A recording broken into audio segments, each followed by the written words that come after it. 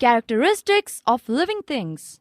In this chapter, we are going to learn some important characteristics like cellular structure, movement, responsiveness to stimuli, growth. Children, today we are going to study about living things and their characteristics. All living and non-living things have some common features. For example, they are made up of matter. So, all living and non-living things have mass, occupy space, and have shape. All living things share certain characteristics which distinguishes them from non-living things. These are the characteristics of life. They grow. If we observe things around us, it will not be difficult for us to differentiate between living things from non-living things. You can easily distinguish between a butterfly and a bicycle, even though both can move. Let us study some important characteristics that has been observed in all the living things. They are given below. Cellular structure. The bodies of living things are made up of cells. Cells are very, very small. The number of cells varies depending upon the size of the body. Amoeba, paramecium, chlorella, yeast are living things made up of just one single cell. Such living things are called unicellular living things. The bodies of man, horse, bird, the guava tree are made up of many cells. Those made up of many cells are called multicellular living things. Having a cellular structure is a characteristic of living things. A stone, car, bicycle, umbrella are non-living things.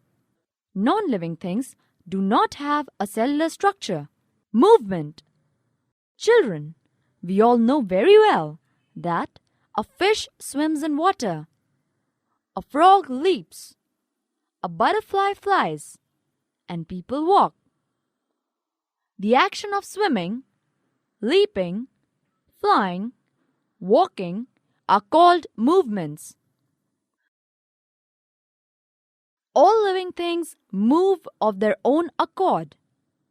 Animals can move from one place to another.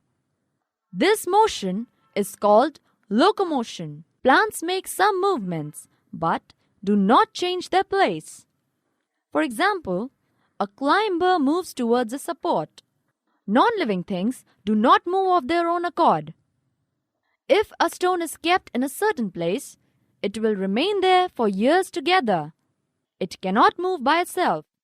It will move only if somebody moves it. Responsiveness to stimuli. Children, now let me ask you, what will you do if your teams win and gets a trophy? Naturally, if your team wins a game, you raise the trophy high and jump of joy.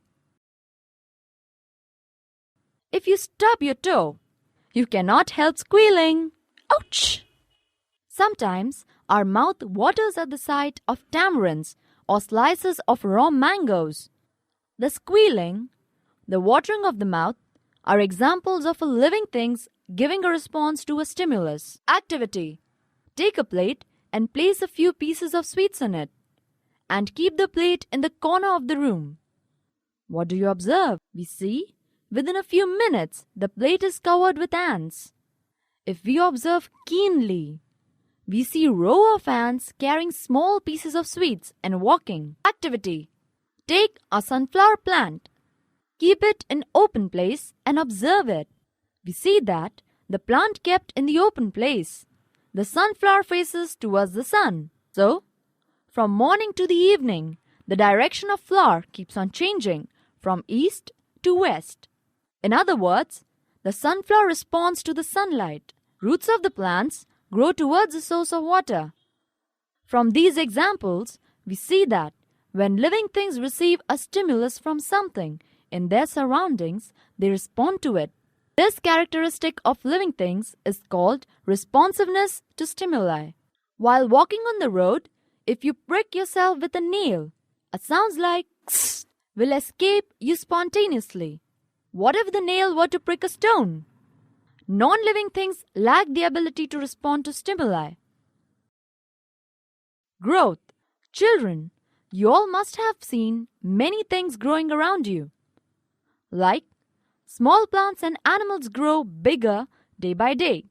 We see a small puppy growing up. The growth of animals is for a definite period of time.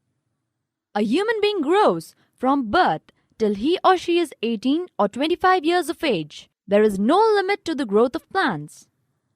They keep on growing as long as they live. Only the growth takes place in certain specific parts. When growth takes place, the size and weight of the body both increases. Such growth occurs inside the body. Non-living things such as sugar crystal suspended in a saturated sugar solution also increases in size. But this increase is not to do with the division of cells within the body, but by addition of external layer. For example, a glacier is formed by the gradual external addition of many particles of the frozen, packed snow. Activity.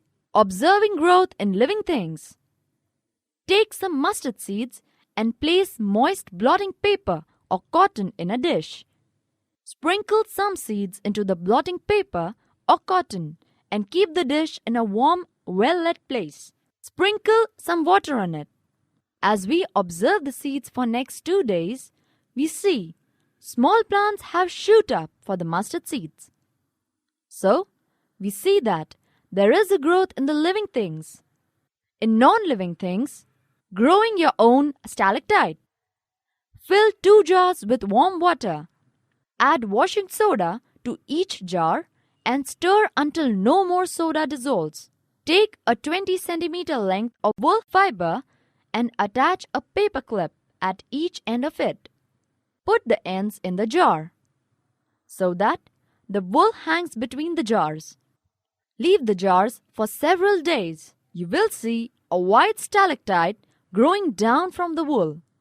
The soda solution travels down the wool from both the sides.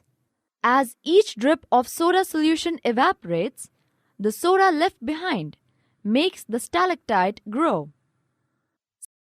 Summary. Living things are made up of cells. They move of their own accord. The bodily growth of animals takes place for a limited period of time. The growth of plants takes place in certain specific parts only. Living things have the ability to respond to stimuli. Growth occurs in living things due to division of cells within the body. Living things respond to external stimuli like light, heat, sound, and touch. That is all in this topic, students. Now let us learn about respiration, reproduction, excretion, and death in our next topic. Keep learning!